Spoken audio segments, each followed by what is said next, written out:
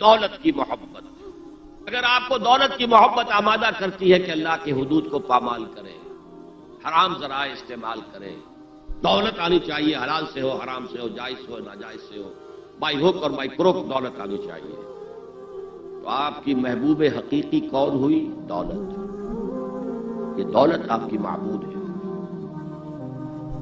کون بڑے سے بڑا موحد اس شرک کا احساس رکھتا ہے؟ اور حضور نے اس قدر کلیئر فرمایا ہے، تعس عبد الدینار و عبد الدرہم، ہلاک ہو گیا یا ہلاک ہو جائے. یہ کلام خبریہ ہے یا یہ بددعا ہے؟ تعس عبد الدینار و عبد الدرہم، درہم و دینار کا بندہ ہلاک ہو جائے. نام عبد الرحمن ہے، حقیقت میں عبد الدینار ہے، عبد الدرہم ہے. درہم و دینار آنے چاہیے، جائز سے یا ناجائز سے، حلال سے یا حرام سے، صحیح سے یا غلط سے، بھائی حکم اور بھائی حکم. تو معبود کون ہوا؟ ہمارے ہندو بھائیوں نے کیا کیا؟ لکشمی دیوی دولت کی دیوی ہے، اس کی پوجا کرتے کس لیے؟ مطلوب کیا ہے؟ دولت. اس کی پوجا وہ خوش ہو جائے تو دولت ملے گی.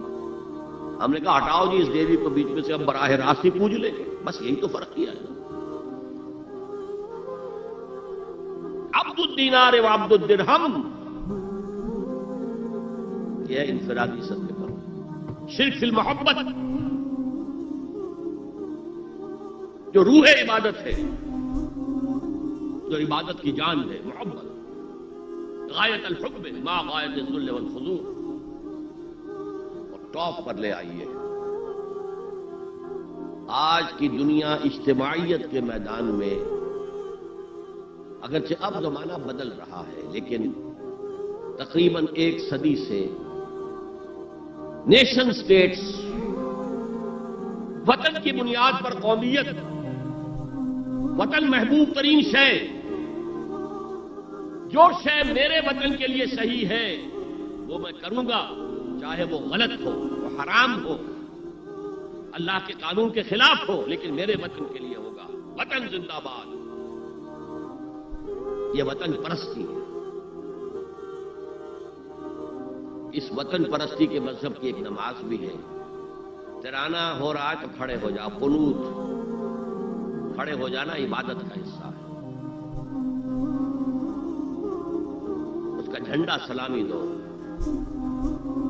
یہ وطن کے معبود کے ریچولز ہیں، مذہب وطنیت. اسی لیے اقبال نے کہا تھا، اس کو سمجھا نہیں کسی نے بھی، اس دور میں میں اور ہے، جام اور ہے، جم اور، ساقی نے بنا کی روش لطف و ستم اور، تہذیب کے آزر نے ترشوائے صنم اور. آج کا صنم، آج کا بت کون ہے؟ تہذیب کے آزر نے ترشوائے صنم اور، مسلم نے بھی تعمیر کیا اپنا حرم اور. ان تازہ خداؤں میں بڑا سب سے وطن ہے، جو پیرہن اس کا ہے وہ مذہب کا کفن. خدا پرستی، یہ وطن کی لکیر سے تم اور ہو گئے، میں اور ہو گیا. لکیر انسانیت منقسم. جو تمہارا وطن کے لیے ٹھیک ہے وہ تم کرو گے، چاہے وہ اخلاقاً غلط، اور جو میرے وطن کے لیے ٹھیک ہے وہ میں کروں گا، چاہے اخلاقاً غلط. یہ کون سا دین ہے؟ یہاں تو وطن تمہارا معبود بن گیا. پاکستان میں بڑا شور اٹھا تھا جب میں نے کہا تھا کہ جھنڈے کو سلامی دینا شرک ہے اور ترانے کے وقت کھڑا ہو جانا شرک ہے. اور میں کبھی بھی تقریبات میں جاتا ہوں، اقبال ڈے ہو رہا ہے، کچھ اور ہو رہا ہے، میں ان تقریبات کا مقرر نہیں ہوں، لیکن جب بہت زور دیتے چلا جاتا ہوں. لیکن وہاں ترانہ پڑا جاتا میں بیٹھا رہتا ہوں، میں کھڑا رہتا ہوں. اور اس پر چیمیں گوئیاں ہوتی ہیں اخبارات کے اندر. کہ میرے نزدیک یہ وطن کی نماز پڑھ رہے ہو، تمہارا یہ قنوت اور وطن کا ترانہ، اس میں حمد ہو رہی ہے وطن کی. یہ کیا ہے؟ آج کے دور کا بدترین شرک، شرک فی المحبت. آگے چلیے، شرک فی الدعا. کسی کو مت پکارو کسی مدد کے لیے سوائے اللہ. وَأَنَّ الْمَسَاجِدَ لِلَّهِ فَلَا تَدْعُوا مَعَ اللَّهِ أَحَدًا، اللہ کے ساتھ، یعنی ایک تو یہ کہ اللہ کو چھوڑ کر کسی کو پکارنا، ایک ہے اللہ کے ساتھ پکارنا، اللہ کو بھی پکارنا اوروں کو بھی پکارنا۔ بدترین شرک ہے دعا اللہ کے لیے، ندا اللہ کے لیے، اس کا بھی ذرا میں تجزیہ کر دوں آپ۔ دیکھیے، ایک ہے عام مادی قوانین دنیا کے جو ہے اس کے تحت کسی سے مدد چاہنا، بھائی ذرا مجھے پانی پلا دینا، یہ بھی آپ نے مدد چاہیے ہے نا۔ حضور کے بارے میں تو آیا ہے کہ آپ اتنے خوددار تھے صلی اللہ علیہ وسلم کہ اگر سواری پر ہوتے تھے اور آپ کا کوڑا نیچے گر جاتا تھا تو کسی سے یہ نہیں کہتے تھے کہ یہ کوڑا مجھے اٹھا کے دے دو، بلکہ خود سواری سے اتر کر کوڑا اٹھاتے تھے۔ تو یہ جو قانون مادی ہے اس کے تحت مدد مانگنا کوئی بری بات نہیں ہے، کوئی غلط بات نہیں۔ ماورائی اعتبار سے، غیبی اعتبار سے کسی سے مدد مانگنا کسے باشد کوئی ہو، شرک دعا۔ ان المساجد للہ فلا تدعوا مع اللہ احدا۔ ایک ہے استعارتن اقبال کہتا ہے ہمالا ہے فصیل کشور ہندوستان، تو یہ خطاب بالکل ایک استعارہ سا ہے۔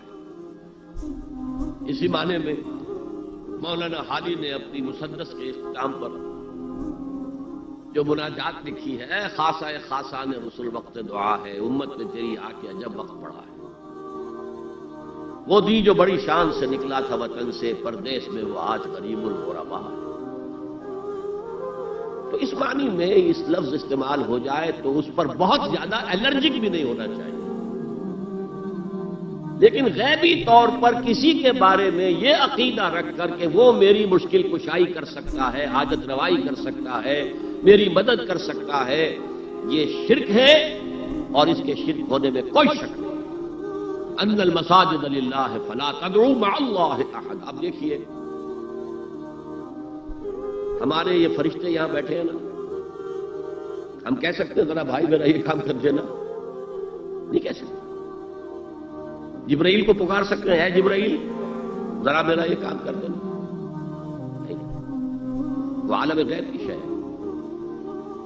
کسی ولی اللہ کی روح کو پکار کر کہنا کہ میری یہ مشکل دور کر دے؟ نہیں، اللہ سے کہیں، اللہ کو پکارے، اللہ جس کے ذریعے سے چاہے آپ کی ضرورت پوری کر دے۔ اس ضمن میں میں کہوں گا کہ شاہ ولی اللہ دہلوی نے ایک بات کہی ہے، اگرچہ مجھے اس کی کوئی دلیل اپنے طور پر انڈیپینڈنٹلی کتاب و سنت میں نہیں ملی ہے، لیکن شاہ صاحب کا ایک مقام مرتبہ ہے جو میری نگاہ میں بہت بلند ہے۔ میرے نزدیک دو عظیم شخصیتیں عالم اسلام کی، امام ابن تیمیہ اور امام غزالی کو جمع کریں تو شاہ ولی اللہ بنتے ہیں، اتنی عظیم شخصیت۔ انہوں نے یہ لکھا ہے کہ جو اللہ کے برگزیدہ بندے ہوتے ہیں، اولیاء اللہ، اللہ تعالیٰ ان کی ارواح کو ان کے فوت ہونے کے بعد ملائکہ کے طبقہ اسفل میں شامل کر دیتے ہیں، اور وہ بھی جس طرح وہ ملائکہ اللہ کے احکام کی زمین میں تنفیذ کر رہے ہیں، وہ بھی اسی کام میں لگ جاتے ہیں۔ میں نے عرض کیا کہ میرے پاس انڈیپینڈنٹلی کوئی دلیل نہیں ہے اس کے حق میں، لیکن شاہ صاحب کا فرمانا خود میرے لیے ایک درجے میں دلیل ہے۔ لیکن یہاں ایک تو یہ نوٹ کرنے کا، ملائکہ کا طبقہ اسفل، ملائکہ کا سب سے نچلا طبقہ، اور اللہ کے حکم کی تنفیذ کرتے تو فرشتے کر رہے ہیں، وہ بھی ہوں، ہمیں سے کیا غرض ہے؟ ہم نہ فرشتے کو پکار سکتے ہیں اور نہ کسی ولی اللہ کو پکار سکتے۔ پکارو اللہ کو۔ قال ربکم ادعونی استجب لکم ان الذین یستکبرون عن عبادتی سیدخلون جہنم داخرین۔ تمہارا رب کہتا ہے مجھے پکارو، مجھ سے مانگو، میں تمہیں دوں گا، تمہاری دعا سنوں گا، قبول کروں گا، اور جو بربنائے تکبر مجھ سے نہیں مانگتے وہ جہنم میں داخل ہوں گے، ذلیل و خوار ہوں گے۔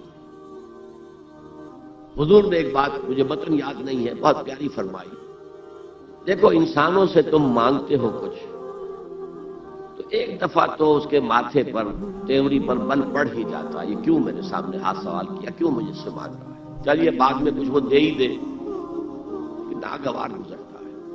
ارے اس سے مانگو جو کہتا ہے کہ مجھ سے مانگو، اور میں دوں گا. وہ نہ مانگنے پہ ناراض ہے، اس سے نہیں مانتے. رات کے آخری ساعتوں میں، یا جسے آپ کہتے ہیں the small hours of the morning, حدیث میں آتا اللہ نزول اجلال فرماتے، جس کو ہم نہیں جانتے کیسے نزول ہوتا. ذات باری تعالیٰ، اس کے متعلقات کے بارے میں جو بات آ گئی قرآن میں حدیث میں، وہ ہم مانتے ہیں. کیسا، یہ ہم نہیں جانتے. اس کا ہاتھ ہے کیسا ہے ہم نہیں جانتے. اس کا چہرہ ہے کیسا ہے ہم نہیں جانتے. اس کی ساکھ ہے، اس کی پنڈلی ہے کیسی ہے ہم نہیں جانتے. وہ سنتا ہے کیسے سنتا ہے ہم نہیں جانتے. کیا اس کے کان ہیں؟ کیا اسے بھی ساؤنڈ ویوز کی ضرورت ہے سننے کے لیے؟ وہ دیکھتا ہے کیسے دیکھتا ہے ہم نہیں جانتے. وہ اترتا ہے کیسے اترتا ہے ہم نہیں جانتے. جو قرآن میں آ گیا، حدیث میں آ گیا، مان لیجئے بس. باقی یہ متشابہات میں سے ہے. اس کی کھود کرید میں پڑو گے تو فتنے میں مبتلا ہو جاؤ. ابتغاء الفتنۃ وابتغاء تاویلہ. لہذا حدیث میں آتا ہے کہ رات کے آخری ساعتوں میں اللہ سمائے دنیا تک نزول فرماتے ہیں، اور پھر ندا لگتی ہے حل من سائل فاعطیہ، ہے کوئی سوال کرنے والا، مانگنے والا کہ میں اسے دوں. حل من مستغفر فاغفر لہ، ہے کوئی گناہوں کی معافی چاہنے والا کہ میں اسے معاف کر دوں. ہم انٹا غفیل سو رہے ہیں. ہم تو مائل بکرم ہیں، کوئی سائل ہی نہیں. راہ دکھلائیں کسے؟ رہنم منزل ہی نہیں. راہ کسے دکھائیں؟ اللہ کے راستے پر چلنے کا فیصلہ کرو، اللہ کی راہ میں جہاد کا فیصلہ کرو، پھر اللہ راستہ کھولے گا. والذین جاہدوا فینا لنہدینہم سبلنا. وہ لوگ کہ جو ہمارے راستے میں جہاد کریں، محنت کریں، مشقتیں کریں، ہم لازماً ان پر اپنے راستے کھولتے چلے جائیں. تو دعا شرک فی الدعا. مانگو صرف اللہ سے، اللہ سے، اللہ سے. وہ چاہے کسی فرشتے کے ذریعے، چاہے کسی فوت شدہ ولی اللہ کی روح کے ذریعے سے، چاہے کسی کو بھی نہیں، براہ راست اپنے حکم سے. اس کی تو قدرت ہے، جو چاہے کرے. کن فیکون. وہ جیسے بھی ہو، وہ آپ کی ضرورت پوری کرے گا. وہی ہے جو کہ مشکلات کو حل کرنے والا ہے. وہی ہے کہ رزق دینے والا ہے. وہی ہے جو مرض سے شفا دینے والا ہے. پکارو اسی کو، مانگو اسی سے. اب آئیے، کچھ مراسم عبودیت ہوتے ہیں. مراسم، رسم کہتے ہیں کسی چیز کی ظاہری شکل کو. رہ گئی رسم ازاں روح بلالی نہ رہی، فلسفہ رہ گیا تلقین غزالی نہ رہی. یہ قرآن کا بھی ہم اسے رسم الخط کہتے ہیں، رسم الخط. اور یہ حضرت عثمان کے زمانے میں فائنل ہوا ہے کہ یہ اس طریقے سے لکھا جائے. تو عبدیت کے اظہار کے لیے کچھ رسومات ہیں، جس میں سے ایک پر گفتگو ہو چکی ہے، قنوت. والقانتین والقانتات. یہ جو ہے اللہ کے حضور میں چاہے ہاتھ باندھے چاہے ہاتھ کھلے، لیکن ذرا جھک کر گردن میں خم کر کے کھڑے ہونا. یہ نماز کے اندر جو قنوت ہے، یہ قنوت ہے. یہ بھی اپنی عاجزی کا اظہار ہے، عجز اور تذلل. وہ جو ابن قیم کی میں نے ڈیفینیشن آپ کو بتائی، العبادت تجمع اصلین، غایت الحب وغایت الذل والخضوع. حق درجے میں اللہ کے سامنے پچھ جانا، جھک جانا، گر جانا. رکوع، سجدہ اللہ کے سوا کسی کے لیے. اور اس معاملے میں دین محمدی جو اپنی تکمیل کو پہنچ گیا، الیوم اکملت لکم دینکم واتممت علیکم نعمتی ورضیت لکم الاسلام دینا. حضور کی بعثت سے قبل سجدہ تعظیمی جائز تھا. کسی شخص کی تعظیم کے لیے، اس کی عزت کے لیے اس کے سامنے سجدہ کرنا جائز تھا. حضرت یوسف کے سامنے ان کے والدین اور 11 بھائی سجدے میں گر گئے. بچپن میں خواب دیکھا تھا اور 40-50 سال بعد اس کی تعبیر بالفعل ایک اس واقعے کے طور پر سامنے آ گئی. سجدہ کرنا، جھکنا، سجدہ کرنا. یہ جائز تھا سجدہ تعظیم. حضور پر شریعت مکمل، توحید مکمل، اب ہر نوع کا سجدہ حرام مطلق ہے سوائے اللہ کے کسی کو. ہمارے مسلمانوں نے بھی اپنے دور ملوکیت میں سجدہ تعظیمی شروع کرا. عدالت کے اندر بادشاہ کے دربار میں جا رہے تو سجدہ سر جھکا کر رکوع کی حالت میں. یا آپ کے پڑوس میں جو حیدرآباد کی ریاست تھی سلام کیسے کرتے تھے، کتنے جھکتے تھے، اور پھر وہ جھک کر وہ سلام ہو رہے. یہ مشرکانہ فعل ہے. مغلیہ دربار میں بھی تھا. شیخ احمد سرہندی رحمۃ اللہ علیہ نے کہا غلط ہے، حرام ہے، جائز نہیں. دربار میں شکایت پہنچ گئی. آخر مخبری کرنے والے بھی تھے، حاسد بھی تھے. وَمِن شَرِّ حَاسِدٍ إِذَا حَسَدَ. طلبی ہو گئی، بلایا گیا، دربار میں حاضری. اور ایسا اہتمام کیا گیا کہ جب حضرت مجدد آگے آئے بادشاہ تک جانے کے لیے تو درمیان میں ایک دیوار سی حائل کر کے اس میں کھڑکی کھول دی کہ اس میں سے جھک کر گزریں گے نا تو رکوع کسی درجے میں تو ہو جائے گا. رکوع بھی سجدے ہی کی ایک شکل ہے، سجدے کا ہاف کہہ لیجیے. لیکن یہ کہ جب آیات سجدہ آتی ہے قرآن مجید میں، وہ عام نمازوں میں دیکھتا ہوں کہ وہ آیات سجدہ والی آیات پڑھی نہیں جاتی، حالانکہ ان کی ایک خاص کیفیت ہے. تراویح میں تو پڑھی جاتی ہے لیکن پہلے بتا دیتے ہیں کہ یہ دوسری رکعت میں یا پہلی رکعت میں سجدہ آ رہا ہے تو لوگ تیار ہوتے ہیں. رکوع بھی اگر فوراً ہو جائے آیت سجدہ کے بعد تو اس سے بھی اس سجدے کا حق ادا ہو جاتا ہے. بہرحال حضرت شیخ مجدد رحمۃ اللہ علیہ دربار میں آئے تو اس کھڑکی میں سے پہلے پاؤں گزارے، پھر اپنا سر نکالا، پھر جیل میں ڈال دیا گیا کوئی پرواہ نہیں. حاضر ہوا میں شیخ مجدد کی لحد پر، وہ خاک کے ہے زیر فلک مطلع انوار، گردن نہ جھکی جس کی جہانگیر کے آگے، اس کے نفس گرم سے ہے گرمی احرار. وہ ہند میں سرمایہ ملت کا نگہباں، اللہ نے بر وقت کیا جس کو خبردار. دین الہی، دین محمدی کے خاتمے کا اعلان تھا. اب بڑے بڑے مولویوں نے یہ اکبر کو سبق پڑھایا تھا، بڑے مولوی، درباری مولوی، انہوں نے سبق پڑھایا. اللہ کا ایک دن 1000 برس کا ہوتا ہے اور اللہ کا ہر معاملہ 1000 سال تک ہوتا ہے.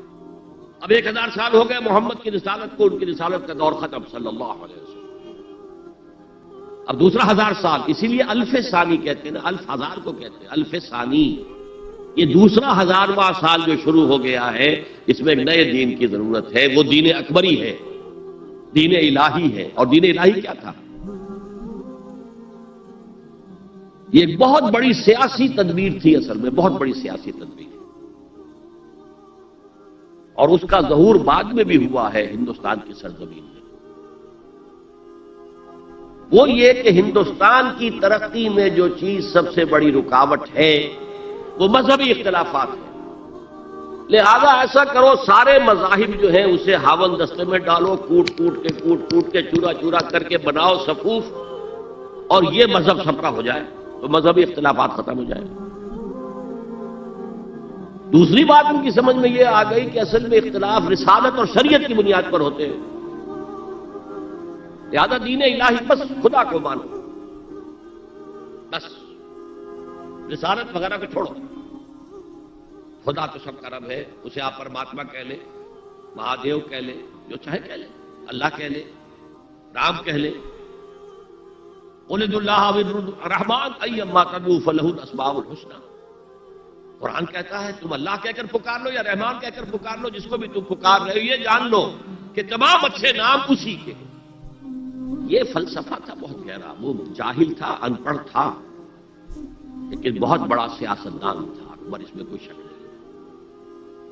لیکن یہ کہ اگر ایک حکومت اور جو سب سے بڑا مغل اعظم جس کو کہتے ہیں، اس کے زمانے میں مسلمانان ہند جو ہے سیاسی اعتبار سے اپنے عروج پر تھے، لیکن دینی اعتبار سے پاتال کا معاملہ آ گیا تھا. دین محمدی ختم. 1000 سال کا ایک دن ہے اور وہ ختم ہو چکا. اللہ نے اٹھایا، مجدد الفسانی رحمۃ اللہ علیہ، اور ان کی درویشانہ مساعی کے ذریعے سے. اب دیکھیے اس زمانے میں تصوف کے ذریعے سے سب سے بڑا شرک آ رہا تھا. وحدت الوجود کی ایسی تعبیرات ہو رہی تھی جو ہماؤست بن گئی تھی. ہماؤست اور وحدت الوجود کے درمیان تو زمین آسمان کا فرق ہے. ہماؤست میں کائنات حقیقی ہے، خدا اس میں حل ہو چکا ہے، اس کے اندر ظاہر ہو گیا. اور وحدت الوجود میں وجود حقیقی صرف اللہ کا، اس کائنات کا وجود کوئی ہے ہی نہیں حقیقت میں. لیکن یہ ختم ہو رہا تھا. اس پہلو سے مجدد الفسانی کے مجدد اعظم کو اللہ نے کھڑا کیا. شیخ احمد حضرت عمر کی اولاد سے تھے، فاروقی تھے. شاہ ولی اللہ بھی فاروقی تھے. لگے فاروقیم کہتے ہیں شیخ احمد صلی میری فاروقی رگ پھڑکتی ہے اس پر. اس کے نتیجے میں وہ دین الہی کا خاتمہ ہوا. بعد میں ہمارے ہاں یہ آیا ہے ہندوستان میں برہمو سماج، برہمو سماج. اور گاندھی جی بھی اسی فلسفے کے قائل تھے، وحدت ادیان کے. اور یہ سیاسی اعتبار سے بہت اونچی ذہنی سطح کی غمازی کرنے والی بات ہے کہ ہندوستان کے اندر کے یہ مذہبی اختلافات کو اگر ہم کسی طرح کھرل کر کے ختم کر دیں، ہاون دستہ میں ڈال کے کر دیں، تو پھر یہ کہ یہاں ترقی ہی ترقی. بہرحال سجدہ گردن نہ جھکی جس کی جہانگیر کے آگے، جس کے نفس گرم سے ہے گرمی احرار. وہ ہند میں سرمایہ ملت کا نگہباں، اللہ نے بر وقت کیا جس کو خبردار. تو ہم نے شرک فی العبادت میں پہلے بات کی، شرک فی الاطاعت. انفرادی سطح پر نفس معبود، اجتماعی سطح پر عوام کی حاکمیت، بدترین شرک اس دور کا، عظیم ترین شرک. اتنے بڑے پیمانے کا شرک کبھی نہیں ہوا دنیا میں. اس کے بعد شرک فی المحبت، مال کی محبت، قیس عبد الدینار و عبد الدرہم. وطن کی محبت یا کسی اور شے کی محبت، اگر وہ اللہ کی محبت کے برابر بھی آ جائے، بڑھ جائے تو اور بھی بڑی بات کہنی پڑے گی. لیکن ہمارے پاس شرک سے اوپر کی اصطلاح کوئی نہیں. پھر شرک دعا، اللہ کے سوا کسی اور سے حاجت روائی کے لیے، مشکل کشائی کے لیے پکارنا کسی. پھر شرک فی مراسم العبودیہ، قنوت ہے، رکوع ہے، سجود ہے، یہ ذل والخضوع کی، کسی کے سامنے جھک جانے کی ایک علامت ہے، سمبل ہے. اب آخری ہے اس میں اخلاص، اور اخلاص کی ضد کیا ہے؟ ریاکاری. کوئی عبادت اگر دکھاوے کے لیے کی جائے وہ شرک ہے. یہ شرک خفی کہلاتا ہے. مال کی محبت کا شرک بھی شرک خفی ہے، نفس کی اطاعت کا شرک بھی شرک خفی ہے، اور یہ سب سے خفی شرک ہے. حضور نے فرمایا صلی اللہ علیہ وسلم، من صلی یرائی فقد اشرک ومن صام یرائی فقد اشرک ومن تصدق یرائی فقد اشرک. جس نے دکھانے کے لیے نماز پڑھی اس نے شرک کر لیا. جس نے دکھاوے کے لیے روزہ رکھا اس نے شرک کر لیا. جس نے دکھاوے کے لیے خیرات کی، صدقات دیے، وہ شرک کر چکا. قد اشرکا، قد اشرکا، یہ عربی کے مزاج سے واقفیت. تو فعل ماضی پر قد جو ہے تو وہ پرفیکٹ ٹینس بن جاتا ہے، کر چکا، وہ شرک میں ملوث ہو چکا. من صلی یرائی فقد اشرکا ومن صام یرائی فقد اشرکا ومن تصدق یرائی فقد اشرکا. اور تجزیہ کر کے یہاں تک بتایا کہ اگر کوئی شخص نماز پڑھ رہا ہو اور جب وہ یہ دیکھے کہ کوئی اسے دیکھ رہا ہے تو اپنے سجدے کو طویل کر دے تو یہ شرک ہے. فرض کیجئے 5 سیکنڈ کا سجدہ وہ کر رہا تھا، اب اس نے 7 سیکنڈ کا کیا ہے. یہ 2 سیکنڈ کس کے لیے ہے؟ اس ایک سجدے کے 2 مسجود ہو گئے.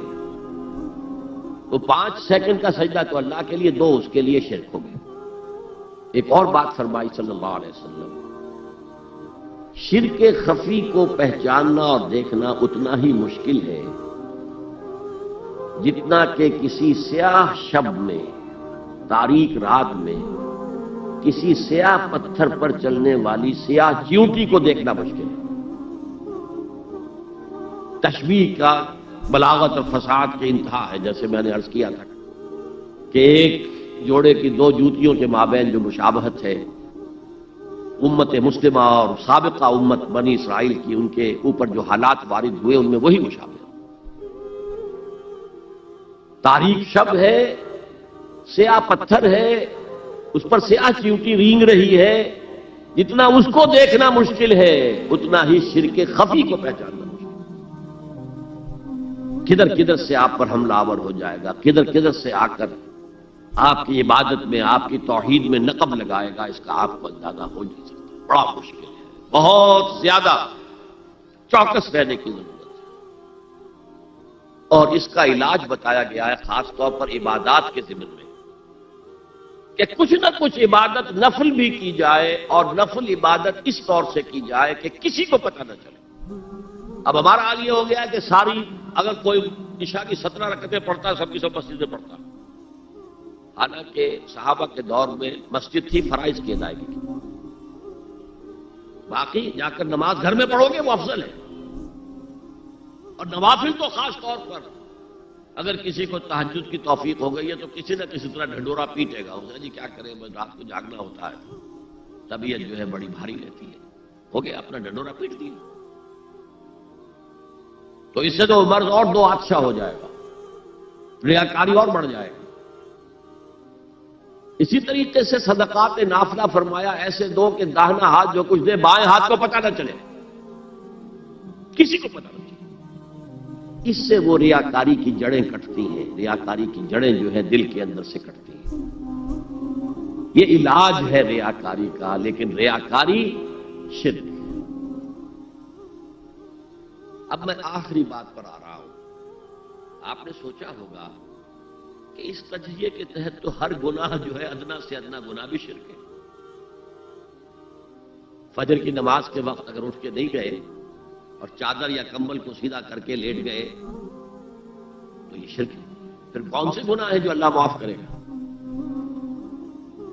یہ جو میں نے آیت آپ کو 2 دفعہ جو آئی ہے سورہ نساء میں سنائی، ان اللہ لا یغفر ان یشرک بہ ویغفر ما دون ذلک لمن یشاء، اللہ تعالیٰ اس کو تو ہرگز نہیں بخشے گا کہ اس کے ساتھ شرک کیا جائے، البتہ اس سے کم تر جس کو چاہے گا بخش دے گا۔ تو جان لیجئے یہ جو باریک تجزیہ میں نے کر کے بتایا ہے یہ اپنی جگہ 100% درست ہے، لیکن ان میں جو یہ چیزیں ہیں، کوئی کوتاہی ہو گئی، کوئی گناہ ہو گیا، کوئی شریعت کی مخالفت ہو گئی، نفس کے کسی اس وقت کے دباؤ میں آ کر یہ گناہ شمار ہوں گے، اگر یہ آپ کی طبیعت ثانیہ نہ بن جائے، اگر یہ آپ کی سیکنڈ نیچر بن گئے تو ایک گناہ بھی ساری تباہی لانے کے لیے کافی ہے۔ اگر آپ نے ڈیرے ڈال دیے، غلطی ہو گئی، معافی مانگو، توبہ کرو، استغفار کرو، اللہ صاف کر دے گا۔ نہیں کرو گے تو پھر ایک گناہ پر بھی دوام اگر ہو گیا اور اس گناہ نے ایک نے بھی تمہارا احاطہ کر لیا تو وہ جہنم میں خلود کی وعید قرآن میں آئی ہے۔ بلا من کسب سیئۃ وأحاطت به خطیئتہ فأولئک اصحاب النار هم فیہا خالدون۔ جو نہیں جس نے کوئی ایک بھی بڑا گناہ، چھوٹا نہیں، یہ چھوٹے چھوٹے گناہ جو ہوتے رہتے ہیں، گناہ کبیرہ، لمم جن کو کہا گیا ہے، اس کی اللہ تعالیٰ کے ہاں پکڑ نہیں ہے، بلکہ وضو کرتے ہیں تو ہاتھوں کے اس طرح کے گناہ وہ دھل جاتے ہیں، آنکھوں کے گناہ دھل جاتے ہیں۔ گناہ کبیرہ اگر ایک بھی کریا اور مستقل کیا اور اس پر ڈیرے ڈال دیے اور وہ آپ کا احاطہ کر لے، آج کے دور میں سود کا نظام، سودی کاروبار، وہ تو آپ کا احاطہ کر گیا، آپ کے پورے وجود کا احاطہ کر گیا۔ بھلا من کسب، اور کسبہ کہتے ہیں جان بوجھ کر کرنا، ایک ہے خطا سے ہو گیا، غلطی سے ہو گیا، وقتی طور پر کوئی تحریک ایسی ہو گئی، غلط ماحول میں بیٹھے ہوئے تھے، اس کے زیر اثر کوئی آپ سے بھی غلط حرکت سرزد ہو گئی، کبھی نفس کا جوش کچھ ایسا ہوا کہ آپ مغلوب ہو گئے، ٹھیک ہے، اسینشلی وہ شرک ہے، لیکن یہ شرک گناہ کے درجے میں شمار ہوگا اگر آپ توبہ کر لیتے ہیں، رجوع کرتے ہیں، استغفار کرتے ہیں، اللہ بخشنے والا۔ لیکن اگر ایک گناہ کبیرہ بھی جان بوجھ کر اختیار کر لیا اور اسے مستقل اپنی زندگی کے اندر شامل کر لیا، بلا من کسب سیئۃ واحاطت بہ خطیئتہ فاولئک اصحاب النار هم فیہا خالدون، تو وہ پھر جہنمی ہیں، آگ والے ہیں، اور اس میں ہمیشہ ہمیشہ کے لیے رہنے والے۔ شرک فی ذات کے ضمن میں نے عرض کیا تھا کہ سورہ اخلاص جامع ترین اس کی نفی پر ہے، اور شرک فی صفات کی کامل نفی پر آیت الکرسی ہے۔ آیت الکرسی ایک لمبی آیت، جیسے آیت البر ایک لمبی آیت تھی، اور اس کو حضور نے فرمایا ہے سیدۃ آیات القرآن، پورے قرآن مجید کی آیات کی سردار ہے یہ، اور یہ شرک فی صفات کے ضمن میں یہ شمشیر قاطع ہے، شمشیر برہان ہے۔ اللہ لا الہ الا ہو الحی القیوم، یہ وہی ہے، قل هو اللہ احد اللہ الصمد الحی، اللہ زندہ ہے، لیکن اس کی زندگی کو اپنی زندگی پر قیاس نہ کرنا۔ تمہیں خوراک کی احتیاج ہے، اسے کوئی ضرورت نہیں۔ ما اريد منهم من رزق وما اريد ان يطعمون، مجھے کوئی احتیاج نہیں کہ مجھے کوئی رزق پہنچائیں، رزق دیں، مجھے کھلائیں، مجھے کوئی ضرورت نہیں۔ پھر تمہاری حیات نیند، اونگ، تھکان، ان تمام کمزوریوں کے ساتھ ہے۔ وہ الحی ہے، اپنی ذات میں خود زندہ ہے، حیات اس کی ذاتی ہے، کسی اور نے عطا نہیں کی ہے۔ ہماری تو مستعار ہے، عمر دراز مانگ کے لائے تھے، 4 دن 2 آرزو میں کٹ گئے، 2 انتظار میں، اور القیوم بقیہ پوری کائنات کے لیے وہی ہے، اس کو تھامے ہوئے ہے۔ لا تاخذہ سنۃ ولا نوم، الحی، حیات کامل، کہ اس کو نہ نیند آتی ہے نہ اونگ آتی ہے۔ لہ ما فی السماوات و ما فی الارض، آسمان اور زمین میں جو کچھ ہے اسی کی ملکیت ہے۔ تم کسٹوڈینز ہو، تم امین ہو، این امانت چند روزہ نزدماس، در حقیقت مالک شے ہر شے خداست، یہاں تک کہ یہ میرا جسم بھی میرے پاس امانت ہے۔ میں کون ہوں؟ میری خودی، میری انا، میری روح جو پوزیس کرتی ہے اس بدن کو، لیکن یہ پوزیشن ملکیت کا نہیں ہے، امانت کا ہے۔ یہ امانت، یہ ہاتھ بھی امانت ہے، میری زبان بھی امانت ہے، میری آنکھیں بھی امانت ہے۔ من ذا الذی یشفع عندہ الا باذنہ، یہ یہاں پر انداز بڑا پرجلال ہے۔ کون ہے وہ جو شفاعت کر سکے اس کے دربار میں مگر اس کے اذن سے؟ کسی کا ذاتی، کسی کا زور، کسی کا اختیار نہیں ہے کہ جس کی بنا پر وہ شفاعت کرے، ہاں اللہ کے اذن سے۔ اور دوسری جگہ پر آتا ہے جس کے لیے وہ چاہے گا اور جس کو اجازت دے گا، جیسے کہ آتا ہے اما یتساءلون میں، یوم یقوم الروح والملائکۃ صفا، اور ان میں سے کوئی بھی بات نہیں کر سکے گا، کلام نہیں کر سکے گا، لا یتکلمون الا من اذن له الرحمن، سوائے اس کے جسے رحمان اجازت دے، وقال صوابا، اور صحیح بات کرے گا، کوئی غلط بات نہیں کرے گا۔ یعلم ما بین ایدیہم وما خلفہم ولا یحیطون بشیء من علمہ الا بما شاء، وہ تو جانتا ہے جو کچھ بھی ان کے سامنے ہے اور ان کے پیچھے ہے، اور یہ کوئی احاطہ نہیں کر سکتا مخلوقات میں سے، اس کے علم میں سے کسی کا بھی، سوائے اس کے جو وہ خود چاہے۔ یہاں بڑے ہی لطیف انداز میں شفاعت باطلہ کے تصور کی نفی ہو گئی۔ دیکھیے، آپ کہیں جا کر کسی مجسٹریٹ سے سفارش کرتے ہیں تو کیا کہتے ہیں؟ اجی یہ فائل کے اوپر جو کچھ ہے آپ اس پر نہ جائیے، یہ گواہیاں وغیرہ جھوٹی ہو گئی ہیں، میں آپ کو بتاتا ہوں اصل بات کیا ہے۔ اللہ کے سامنے کوئی یہ کہہ سکے گا اے اللہ تیرے علم میں نہیں ہے، میرے علم میں ہے؟ یعلم ما بین ایدیہم وما خلفہم، وہ تو جانتا ہے جو کچھ ان کے سامنے اور جو کچھ ان کے پیچھے ہے۔ ولا یحیطون بشیء من علمہ الا بما شاء، اور ان میں سے کوئی بھی، جیسے کہ میں ابھی بتا چکا ہوں، بریلوی مکتب فکر بھی کہہ رہا ہے کہ اللہ کا دیا ہوا علم ہے، محمد رسول اللہ کا جتنا ہے، لا محدود نہیں ہے، محدود ہے۔ قدیم نہیں ہے، حادث ہے، تو جتنا اللہ چاہتا ہے، جس کے لیے جتنا چاہتا ہے، لیکن اس کے علم میں سے احاطہ نہیں کر سکتا کوئی مگر جو وہ چاہے۔ وسع کرسیہ السماوات والارض، اس کا اقتدار چھایا ہوا ہے، مستولی ہے، آسمانوں پر بھی اور زمین پر بھی۔ ولا یؤودہ حفظہما، اور اسے عاجز نہیں کر سکتی ان دونوں کی حفاظت۔ قیوم وہی ہے، صمد وہی ہے، لیکن اسے کوئی تکان داری نہیں ہوتی، عاجز نہیں ہوتا۔ یہ اصل میں نفی ہے۔ جو تورات حافظے سے مرتب کی گئی تھی، 587 میں نبوکدنضر کا جو حملہ ہوا تھا، اس میں اصل تورات گم ہو گئی۔ اس وقت سے آج تک وہ اصل تورات ان کے پاس نہیں۔ پیریڈ آف کیپٹیوٹی سے واپس آئے ہیں بیت المقدس میں، سائرس کے لطف و کرم کی وجہ سے، ذوالقرنین کے لطف و کرم کی وجہ سے، پھر یادداشتوں سے لوگوں نے وہ تورات مرتب کی ہے، تو اس میں انسانی فکر شامل ہو گیا۔ لہذا وہاں یہ لکھا ہے اللہ نے 6 دنوں میں آسمان اور زمین پیدا کیے اور 7ویں دن آرام کیا، یعنی کوئی تکان لائق ہو گئی۔ قرآن نے کہا، اللہ تعالیٰ نے فرمایا سورہ قاف میں، وَلَقَدْ خَلَقْنَا السَّمَاوَاتِ وَالْأَرْضَ وَمَا بَيْنَهُمَا فِي 6 أَيَّامٍ وَمَا مَسَّنَا مِن لُغُوبٍ، یقیناً ہم نے آسمان اور زمین اور جو کچھ ان دونوں کے مابین ہے انہیں 6 ہی دنوں میں پیدا کیا۔ وہ بات ٹھیک ہے، لیکن ہمیں کوئی تکان لائق نہیں ہوئی کہ ہمیں کسی آرام کی ضرورت ہو۔ لا یؤودہ حفظہما وہو العلی العظیم، العلی وہی ہے سب سے بلند و بالا، لتکون کلمۃ اللہ ہی العلیٰ، تاکہ اللہ کا کلمہ سب سے سربلند ہو جائے، اور وہی عظیم ہے، عظمت والا۔